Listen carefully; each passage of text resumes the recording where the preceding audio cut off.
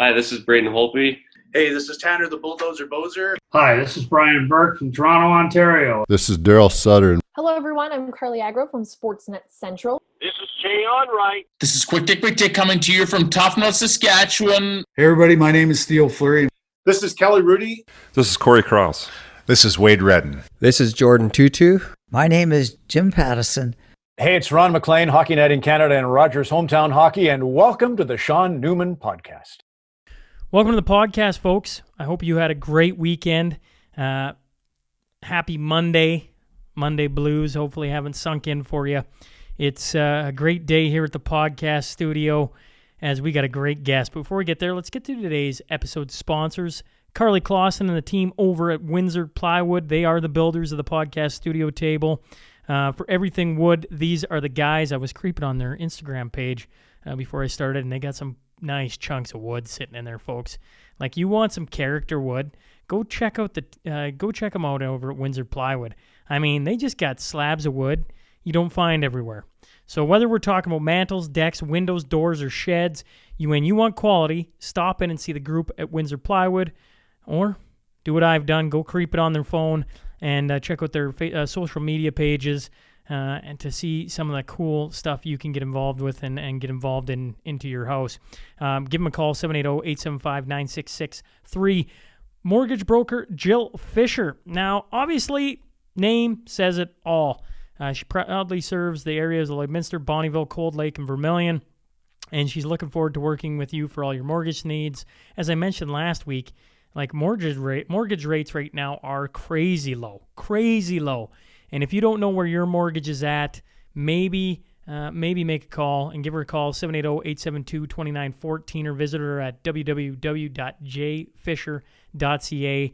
I'm telling you, she can definitely help you out and maybe shed some light on maybe there's some money out there you can save. Just saying, mortgage rates ridiculously low. Take a look.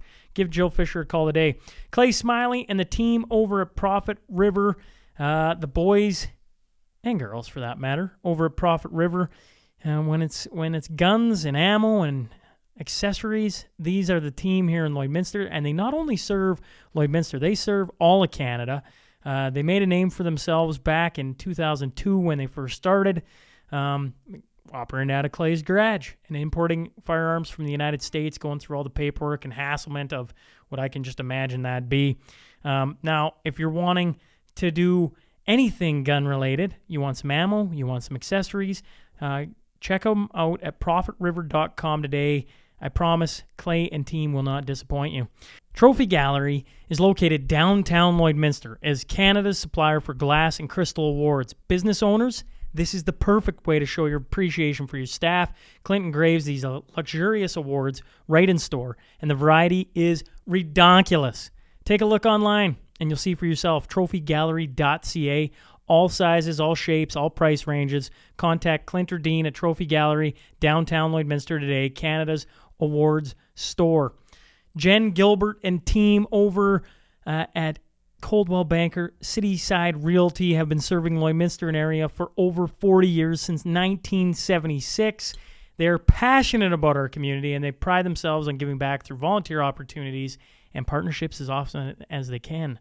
I've been talking an awful lot about the randomness and which ways they get involved, whether we're talking the Hillmont Hitmen, supporting them, the plastic bags from last week, this Lacey Lehman creating weaving plastic bags for homeless mats. They also donated, like so many of our listeners did, to the gift to Lloydminster Health. That was the live stream that we did back on December 15th with the Health Foundation. They're just such huge supporters of the community, and they know that home is truly where awesomeness happens. So make sure you give them a call, Coldwell Banker, Cityside Realty, for everything real estate, 24 hours a day, 7 days a week, 780-875-3343. Shout out to Deanna Wandler and the team over at Read 'em Right for their amazing work of my SNP billboard. But more than that, how about the quote on the wall? How about my logo behind my head in most of my YouTube videos? They just do superb work, and everything I tell them to do, they've done, which is, I'm not going to lie, it's kind of cool. I'm like, no, this is what I wanted, and boom, there it is. Finally, If you're interested in finding a rental property here in town, Gartner Management is a Lloydminster-based company specializing in rental properties that can help meet your needs. Whether you're looking for a small office or a 6,000 square foot commercial space, give Wade Gartner a call today, 780-808-5025. You're heading into any of these businesses, make sure you let them know you heard about them on the podcast. Now, let's get on to our T-Bar 1 Tale of the Tape.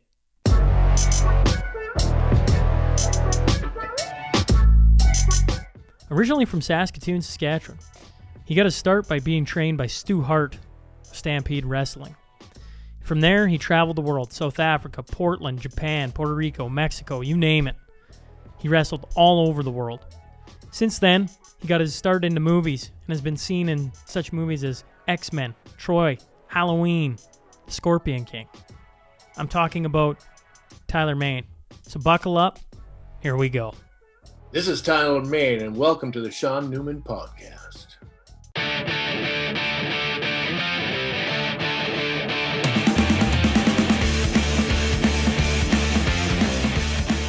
Welcome to the Sean Newman Podcast. Today, I'm joined by Mr. Tyler Main. So first off, thanks for hopping on with me.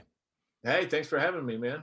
Great to be here. I got to say, for the people who can't see you, you have one badass beard going on. There we go. Now, yeah, I'm going to actually for a part. I'm doing another period piece, so that's why okay. That's why I'm growing it.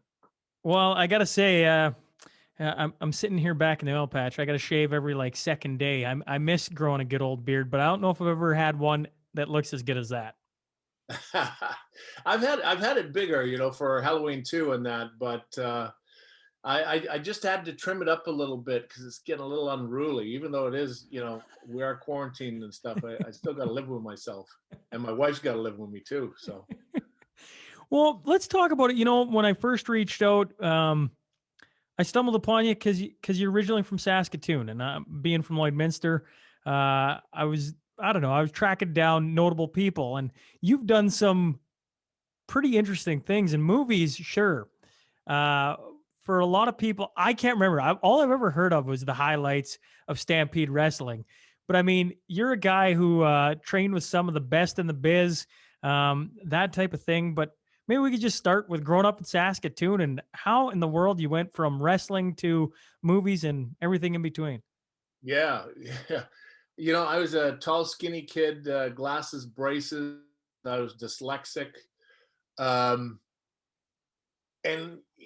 I was picked on in school, and every Saturday morning, Stampede Wrestling would come on, and I would watch Stampede Wrestling, and I'm like, I'm going to do that someday. And then I'd watch the action movies afterwards, Stallone and Schwarzenegger and all of them, and I'd watch that all weekend until I had to go back to school on Monday morning. And then I'd be crying. My mom would throw me out in the back step and say, "Go to school, kid." And I just said I'm going to do it someday, and started hitting the weights, doing martial arts, and went to Stampede Wrestling and met Stu, and went into the dungeon, and he stretched me, and then here we are, 11 and a half years of pro wrestling. I went from there to Red Bastien in Los Angeles and trained with him.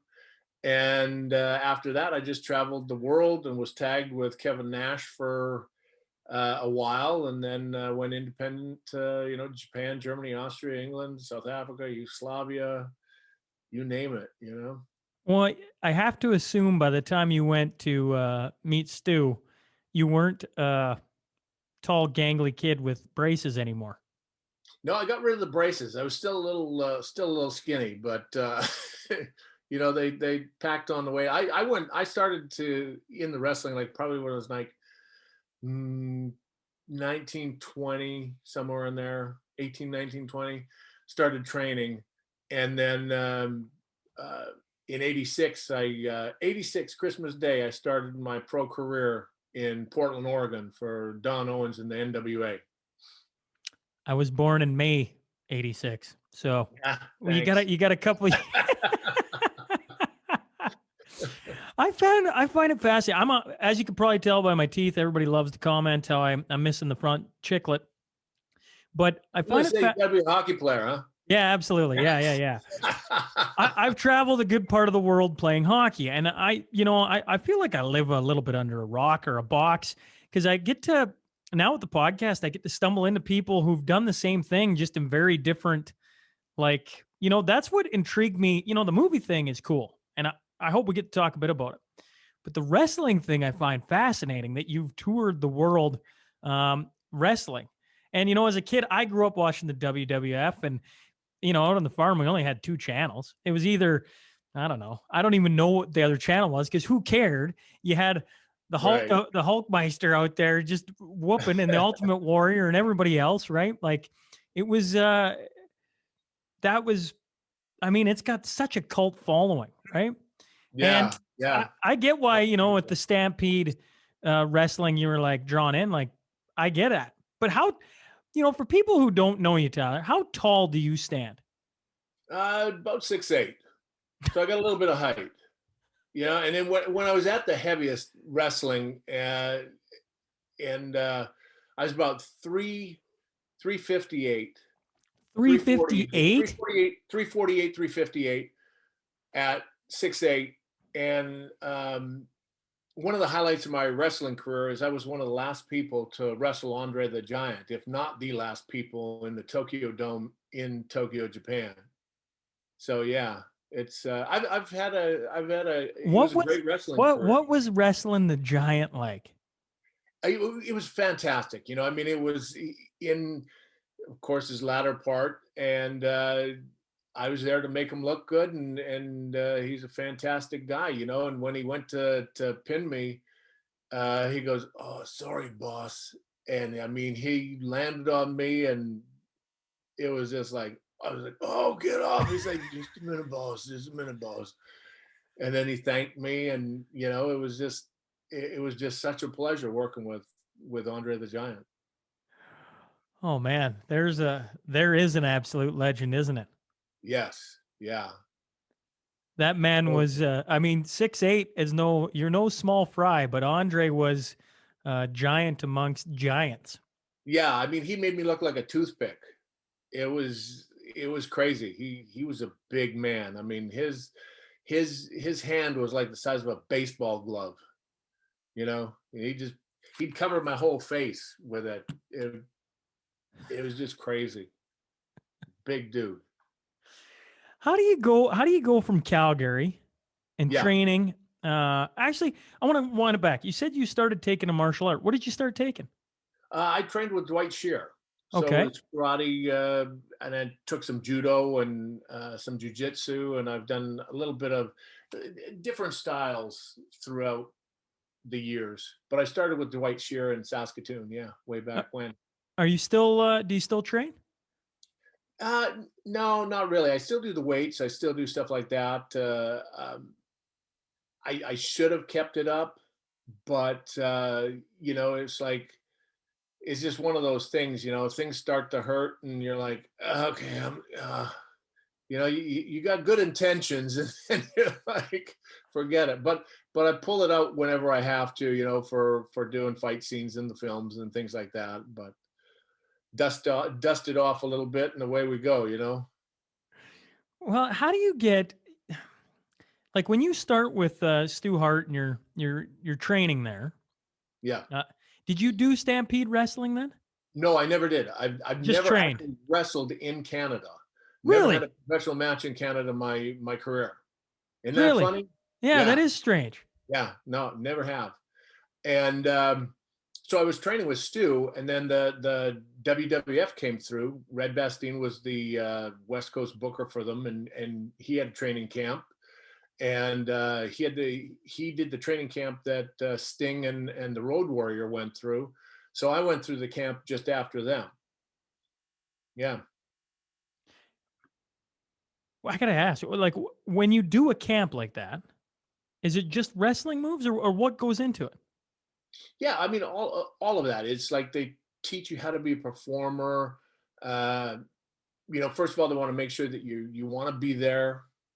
And it's like with Stu. I mean, first thing, he took me into the dungeon. Well, he fed me and cooked me breakfast first, and then we went into the dungeon, and he proceeded to double grapevine me and stretch me, and he goes, "Nah, kid, how do you like that?" I'm like, "Oh my God, I'll be back tomorrow," you know? And so it was just, they make sure you want to be there, because it's not for the faint of heart. It's a tough life. Pro wrestling is not easy. How so? Well, I mean, you're on the road 200, 300 days a year. You're lonely. You're in a different city every night. You're missing your family. You're missing your friends. And, you make a new group of friends on the road that you travel with. So God, it had to have been exciting at the start, though. I mean, once you get over the loneliness of like, all right, I'm not seeing anybody, you get this group of people together and just go out and perform in front of big, small. Yeah, you got a lot of characters together, and they're all beat up, and you're like, oh God, I don't want to go out and do that again. And then as soon as you hear your music and the curtain opens and you go into the people, show's on. How did you pick your first name? Uh, how did I get my first name? I think I wrestled as, I think, the Mighty Yankee and Sky High Lee in Oregon, and I didn't really have a name, and they were just like, "You look like Sky High Lee. We're gonna call you Sky High Lee." And I'm like, "Okay," and that's what it was. And then I was the Mighty Yankee for a while, and then I was like, I don't care what you call me, just send the checks. You know what I mean? Make sure they cash. How much money were you making back then? In the beginning, it's tough. I mean, you're not making a lot of money at all, but then when you start traveling the world and you go into the bigger promotions, you're living okay. But then, if you got an ex-wife involved, that changes everything too, So I was doing good, and then got a divorce and had to restart all over again. So, hopefully you don't know how that goes, but Well, I'm sure all our divorced guys out there and gals know. So I've been I don't know if it's fortunate. Is fortunate the word? Maybe. I've got a good woman. She gets me so far. Anyways, we're There into you year go. 13, I think. So she so far so good. Yeah, congratulations. Well, my second one, I mean, I had to have a second one to do it right the second time. So now she's my partner in crime, and we have our production company together, and she's the brains of the operation, and I like to think I'm the old brawn. Do you enjoy having a production company? It's a lot of work. It's a lot of work, but it was the fantastic thing about it for me and for us is it gives you a chance to showcase yourself. I've done a lot of really cool roles. I've been blessed, to be Sabretooth and the first X-Men, King Ajax and Troy. Probably when I mentioned to a couple of my buddies that you were coming on, they said, "Who's coming on?" I said, "Remember X-Men? Which one?" I'm like, "Come on, the best one," right? Like it's not even close. And I'm like, "You remember Sabretooth? Now are we talking the good one or the bad one?" I'm like, "Is there? Yeah, the good one." They're like, "Oh yeah, that guy was good. That guy was good." I think everybody was depressed when you weren't back on that role. So the X-Men, that's the way I sold you when I had you coming on. Well, there we go. Thank you. I appreciate it. Yeah, well, it was a kick-ass. Well, I mean, it was a kick-ass movie, and you did that character well. Oh, thank you. Yeah, I mean, I like I say, I've been very lucky and blessed. I mean, for the X-Men, King Ajax and Troy, Michael Myers and Rob Zombie's Halloweens, and then now coming out in the next probably few months is Jupiter's Legacy on Netflix. It's a TV series that I just did just before COVID hit, and I think we did about 8 episodes. I'm in 4 of them, and I think the budget was over 100 million for the series. So it's a fantastic looking show. So Who else is in that? Josh Duhamel, Leslie Bibb, Okay. Yeah, check it out on IMDb. It's there's a lot of really cool people in it. Yeah. No, for sure. Will. You know, you mentioned all these movies, like going from training in probably what is, I just assume, a $2 production. I'm assuming you've been to some pretty small venues, some pretty small gyms per se, where it is not $100 million production. To see how That is far, true. like from one end of the spectrum to the next, uh, I'm always curious about the start, because I think anybody listening now, oh yeah, you're talking to the next. Well, yeah, but there had to have been a story on how you led up to getting all these different roles. You know, you talk about, you haunt my dreams with your role in Halloween, man. I tell you, Mike Myers, that is one creepy individual. But I mean, they're iconic roles, and I'm always curious Yeah. about the start and what you did to get to where you are. Yeah, like I say, I was the starting out from Saskatoon, and I was like telling my friends, I'm like, I'm going to go do this. I'm going to be a pro wrestler. Sorry, I unplugged my computer, so I'm just trying to make sure it gets plugged back in and doesn't come unplugged. So, being that kid from Saskatchewan, I'm like, I'm going to go do this, and everybody's like, yeah, right, and that was actually one of my driving forces too. I knew I needed to do it to prove myself. And yeah, when you start out, man, in the pro wrestling ring, you're getting beat up and slugging it out and getting a few bucks every night in front of 10 people sometimes, and you're like, oh my God, is this ever going to get any better? And you got a lot of years of that.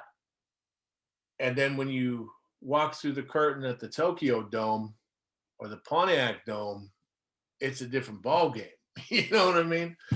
And how I started my acting career is I was wrestling in Mexico, and have you seen any of those Mexican wrestling movies where the guys are wearing the masks and that? They're kind of a little cheesy. I've But, seen some they're great cheesy. entertainment late at night if you've been drinking a lot. You know what I mean?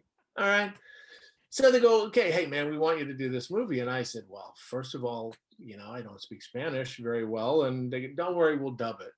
Okay, well, what do you want me to do? Well, you're an intergalactic vampire that shoots laser beams through your fingers and it'll be great. Okay. So ends up I have 3 midget sidekicks dressed up as Martians. Now this is the 80s, so don't judge. I am this big intergalactic vampire that shoots laser beams, and I've got a pink fog that follows me everywhere. I'm like, what the is this? And I end up wrestling and chasing a woman, Gloria Mayo, who was a famous Mexican star. So that was my start in film. But I was like, I'm not getting dropped on my head. I'm getting fed. I'm getting paid. This is pretty good. I could stay at home for, several days while we're filming. I kind of like this. I think I'm going to transition into this stuff, And then I went from there to doing the Universal Action Pack, which was the Smoking and Bandit sequel with Brian Bloom. I did that. And then, just kept going, and I've been lucky enough to make a career out of just doing movies my entire career. When you were done doing the Mexican movie, were you like, and that was crap? Like, or were you like, I thought it was pretty good, right? Like, I mean, I have no idea. Like, when you look back, I mean, when you look back now, I had no false pretenses. I was like, oh, this is not good. Did you send it to all your friends and family though? Like, you got to check this out. I don't tell people what the name of it is, because it's spelt wrong. But some of them have checked it out and go, oh, we found it. I go, oh, great. But it's basically just me walking around chasing people and beating people up. But hey, it is what it is. It's a hell of a start. Yeah, I mean, hey, it opened the door, and from that and from with the wrestling career, being able to do my own stunts and stuff like that, it's opened up doors, and here we are. I'm been doing it for quite a few years now, and Yeah, if you still yeah, going. like I assume being a personality in wrestling, transitioning to being on screen wasn't that big a deal per se. Yeah, I mean, it's I ended up taking it serious. So I did acting classes. I worked on things like that because in wrestling you have your persona of being the big badass, but you also have to in acting open yourself up to be vulnerable, because even if you are playing a bad guy, you're not all bad. You're not doing things because you want to be a bad guy. You're doing things because you think that they're right, you know? And you have to believe that while you're doing it to make your character be real and seem real. Hmm. Because you never do anything because you know you want to be evil, right? Well, some people do, but most of the time you're doing it because you have your belief system and motives for doing something. I would give you have your belief system. All I could think of is I'm talking to the guy who played Mike Myers. That is like the definition of pure evil. Well, yes, but the way I approached that role was it wasn't to be evil. It was my whole thing was trying to reconnect with my family. If you think about it, I mean, I'm chasing Lori. She's thinking that I'm trying to kill her, and people just get in my way from stopping me to get to Lori. So I end up killing them because I have a goal in mind. Has playing that role I gotta like when YouTube Tyler May, the amount of interviews that pop up for Mike Myers Halloween is I don't know, you probably Off the understand. chart. Yeah, like I to find anything that wasn't that was actually you had to really do some digging. Right. Has that taken on like a life of its own for you? Like where you're just like Yeah, it's funny because I'll be talking to people and they'll be like, wait, you were Sabretooth? But you're Michael Myers. I go, well, that's the thing about acting. You do other multiple roles, rows? and then like I just did Playing with Fire with John Cena, where it's a comedy, and people are like, man, we didn't know you did comedy. I go, well, I did do Joe Dirt back in the day. I was in the first Joe Dirt, You were in Joe Dirt? See, there we go. Yeah, I played Bundy. I was a guy at the that farts and says, "I'm done with that apple core. You want that?" And then I get in a fight with him, and I throw him, and I pee on the fire, and I burn up in with toxic pee. Yeah, that's me. What a career, right? Hey man, if it pays the bills, right? It is what a That's career, true. right? Like That is true. it's some of the people you've got to work with is almost astounding then. Yeah, I've been very, very lucky and blessed in my career, with working with all the people from X-Men to all the people in Troy, to the new stuff that I'm doing. It's like it's funny. It's like I was supposed to do the third lead in Scorpion King and go against Dwayne in the first one, but there was conflicting interest because I was doing an HBO show at the time, How to Make a Monster, and then they went in to do reshoots, and Chuck Russell said, "Hey, I want you to open up the movie with Dwayne. We're going to do this big scene and fight scene, and I'm the guy that rides the chandelier up." And it's funny because I was at Universal Studios walking in, and Rocky Johnson, Dwayne's dad, came walking out, and he looks at me and goes, "What are you doing here?" And I said, "I'm getting ready to work with your kid, old man." And I'd worked with him 15 years earlier in Yugoslavia. What? Yeah. So, I mean, that's the kind of stuff that happens in this business, and it's been a crazy life, crazy cool life. You're telling me you fought The Rock's dad in Yugoslavia? I never wrestled with him. We were wrestling like Uh, right. on Okay. the same card. On the same card. We got to know each other. Yeah. Yeah. I want to know what wrestling around the world's like. I've played hockey around the world. I gotta know what wrestling in Yugoslavia is like. What is that like? Well, that didn't quite turn out the way that was supposed to, because this was right at the time when they had all those protests, you know. So we started our tour. We got like I think we only did like maybe 1 or 2 events, and then the government was starting to be overthrown. So we were stuck in our hotel for probably 4 or 5 days. We were running out of food. We started to go out, and they're like, "No, get back into the hotel," because the president or prime minister or whatever the heck they have over there was doing his speeches right across the street from our hotel. So it was crazy mayhem. And then we ended up eventually having to get the US government to get us on a plane to get out of there. So Yugoslavia wasn't as much fun as, say, wrestling in Japan, where, you know, you get a 7.2 earthquake and your hotel shakes and all kinds of crazy stuff, you know. But the wrestling part's fun. Holy crap. Yeah. Like Yeah. that, I go back to when I look at, don't get me wrong, I want to hear all, you know, I want to hear about working with Brad Pitt and Troy. Like that movie was kick ass.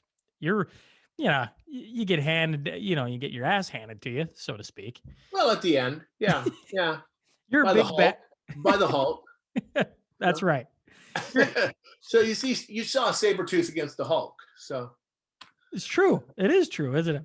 and if I would have been writing it, it would have had a different outcome. Oh yeah, Yeah, because, you know, Ajax outlived Achilles. in the Iliads and that. So, but, you know, hey, I wasn't Brad Pitt, so. Well, all are good. any of us Brad Pitt? Well, Brad is. It's true. What was Brad Pitt like? He's a fantastic guy. He's so down to earth. I mean, one of the coolest guys I've ever met. Yeah. Yeah. It's, you know, people, I just try, I get along with everybody, you know, man. I just try to have fun. And my motto is, if I'm not having fun, I don't want to be there. So it's, yeah, I mean, we just had a lot of fun. It sounds like your career has been a lot of fun. That's honestly, when I first stumbled upon your name and I was like, oh, who's this guy? Click on it, right? Start reading. I'm like, wow. Like I probably said it 4 times already. Like the movies is one thing. That's super cool. But the fact you've like wrestled all over the world is, I guess I come from the hockey world where that's, to me, that's like commonplace. You're probably going, wrestlers have been wrestling all over the world for thousands of years for all I know, right? And hockey players have been all over the world playing hockey for a long time. And it just, I don't know, it doesn't surprise me anymore, right? That you played hockey in New Zealand. It's like, oh yeah, I know a couple of guys that do that, right? But hearing you talk about it and being over in these places wrestling, I have to assume you walk in and there has to be, like, when you think back on it, there must be a country, you bring up Japan a couple times, where you walked in and you're like almost blown away, like, now this is cool. Yeah. I mean, it's just such an eye opener. You know, like as a kid, you hear about people wrestling all over the world, and when you're doing it, you're like, oh my God, you know? And it's like, as you know, some of the best stories come outside of the ring or off the ice, you know, or something that has happened from inside the ring that carries out. You know, it's like in South Africa, in Durban, South Africa, we were wrestling with Gamma Singh, who wrestled at the Stampede for quite a while. And it's an East Indian population, Durban, South Africa. And he got blood and left myself and David Sheldon, who was the Angel of Death, in the ring. And we had, for about 45 minutes, probably about 30,000 people trying to kill us. They were throwing chairs at us. We were stuck in the ring. It was, it was crazy. People were trying to come into the ring to kick our asses, and we're just fighting them off. And it was just like, it was crazy. And then finally, gunshot rang out, and a female officer came running down from the stands, and she says, "Follow me right now. Get out of here. You're going to get killed." So she escorted us back to the dressing rooms, where we were stuck for about another hour after that. So yeah, I got a few stories. After that happens, are you like, maybe I need to change my career, or were you just like, man, that was something else? That was crazy. Yeah, they wanted us to go back next weekend, and we were like, no, we're not going back there. No.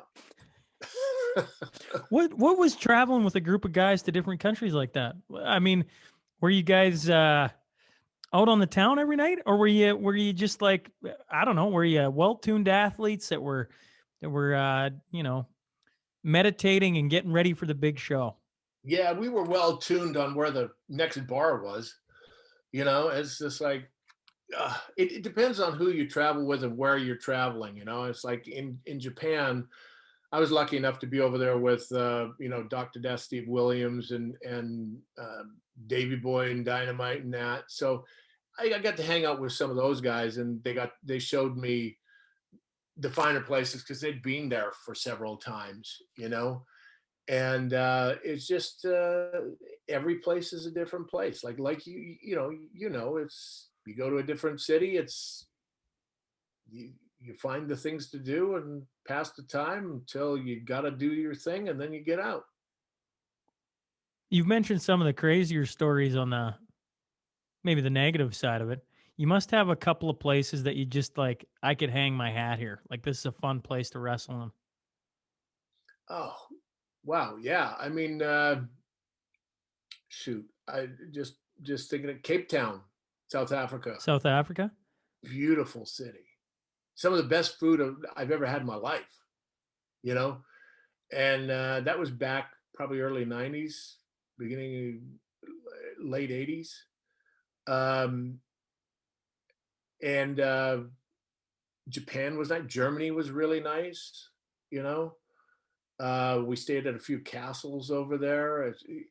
It's just, you get to see things, and in that moment, you're not really appreciating it as much as you should. So to any young person that gets to travel the world and do what they want to do, take it in and enjoy it, just absorb it, because the time comes when you're done, and it's you're moving on. You know what I mean? I know exactly what you mean, because I think back to my travel. You're too young to understand, I think, right? Like when you're young, like Right. that, it's hard to. And I'm not old by any stretch of the imagination. I just now with kids. Neither am I. I mean, Fair enough, absolutely.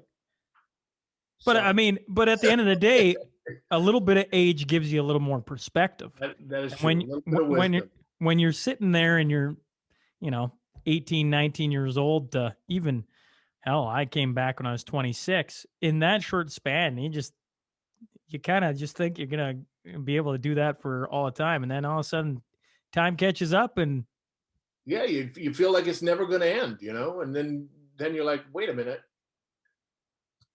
So, but then luckily, we get to move on to the next phase and do other things. Luckily, I was lucky enough to transition into the film.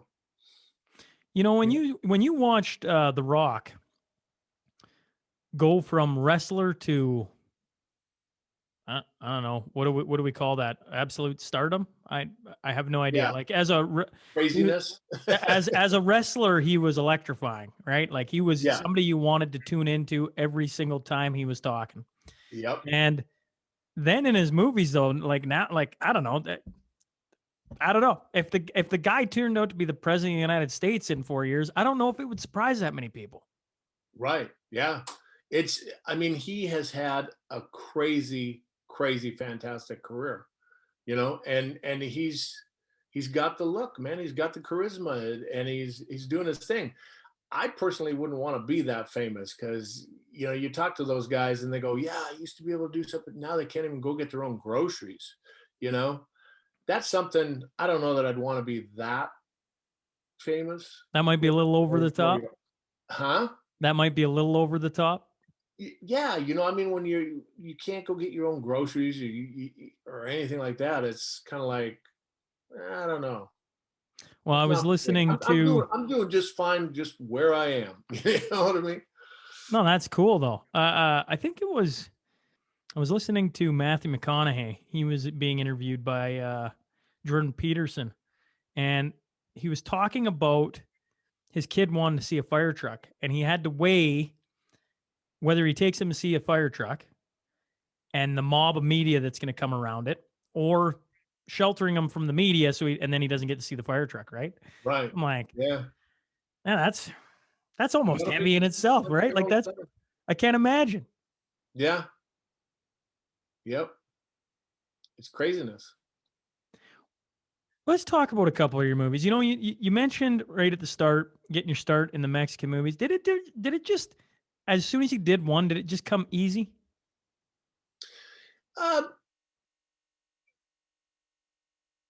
Yes and no. I mean, like for my size, it's a very specific role, right? I'm always going to be playing the big bad guy, but that's why I started my own production company, Main Entertainment, and we've so far put out 2 pictures because I wanted to expand my acting. Right?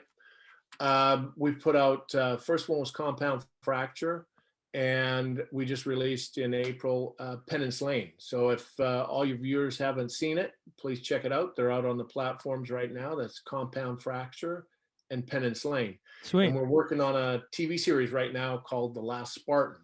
So just trying to keep busy and create and do things like that, you know.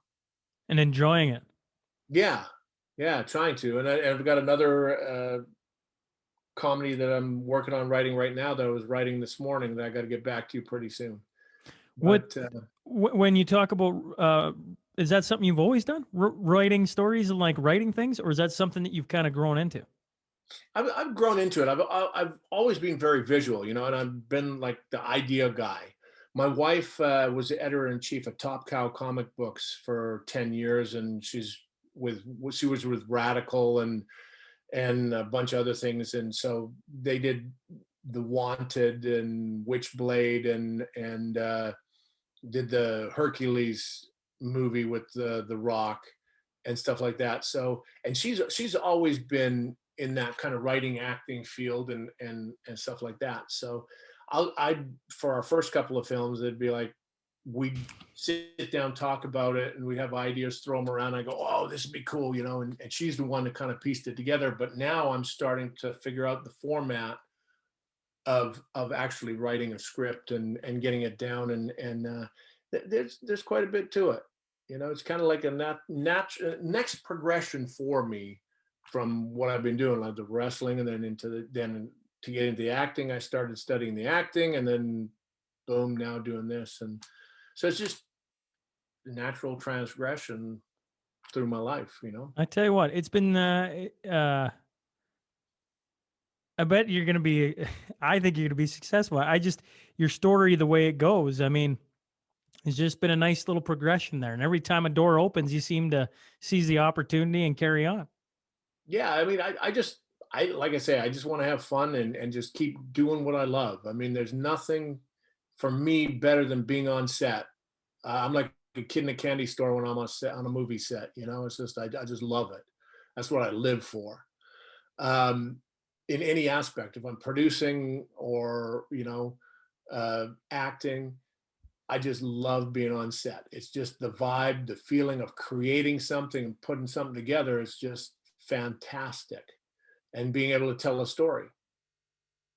That's super cool. Well, I won't. You mentioned that you got to get things going back the other way, and you got stuff on the go this afternoon. I don't want to keep you too long, so let's slide into the final 5 questions. I do a final segment here, the Crude Master Final 5. Shout out to Heath and Tracy McDonald, supporters of the podcast since the very beginning. It's just 5 questions, long or short as you want to go, Tyler.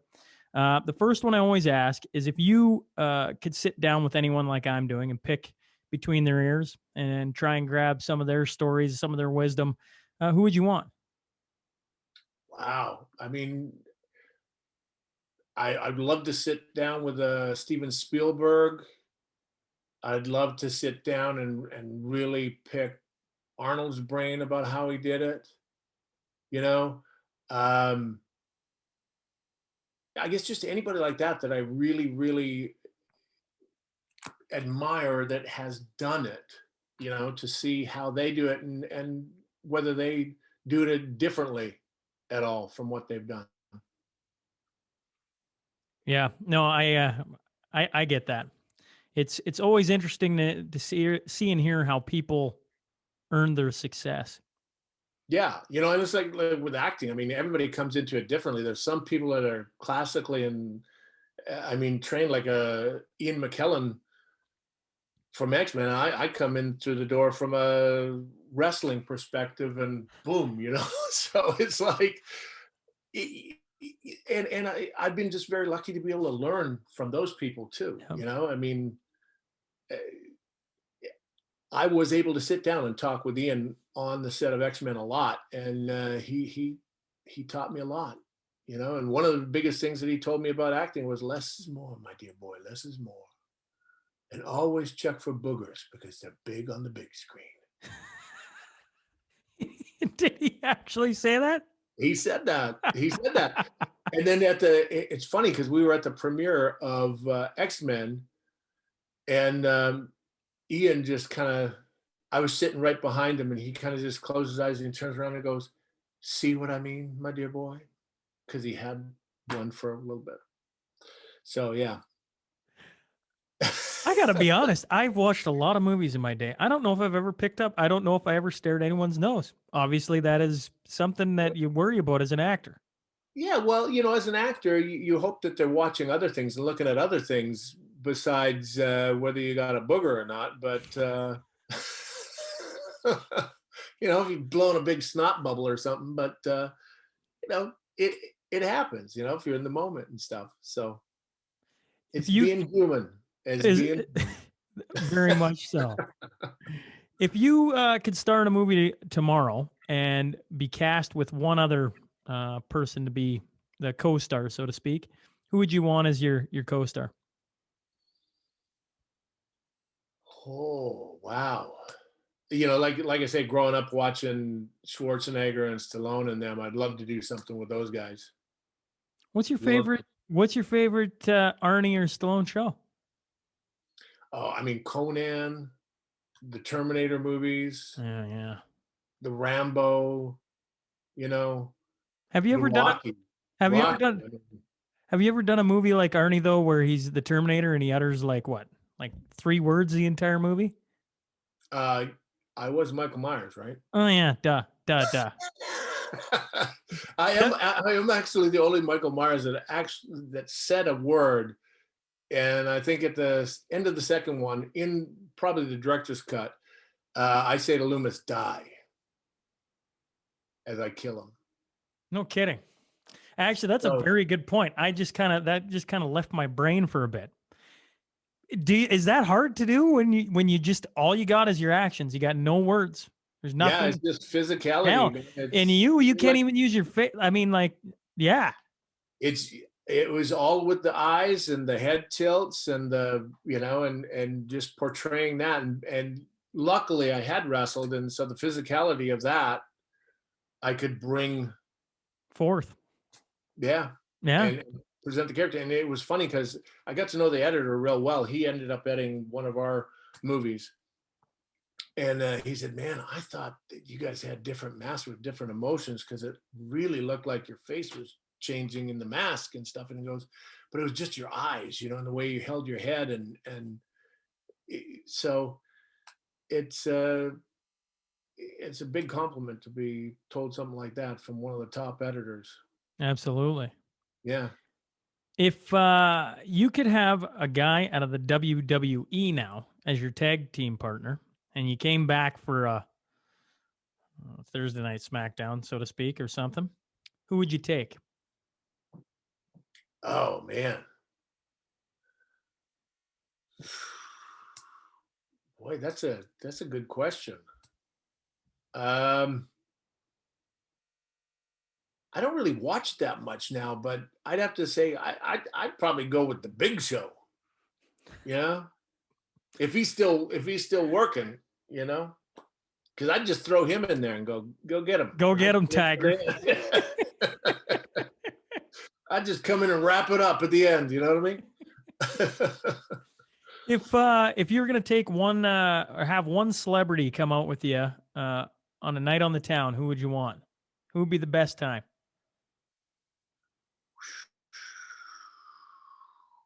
Boy, that's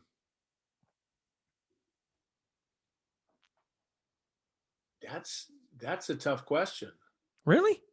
That's a tough question. Like, I mean, because usually when you meet these people or you're out with them, it's at like the Golden Globes or things like that, and it's getting pretty wild and crazy. But Let me rephrase it then. all right, What one of your maybe cast members who you've worked okay. with do you think would be fun to go out on a night on the town with?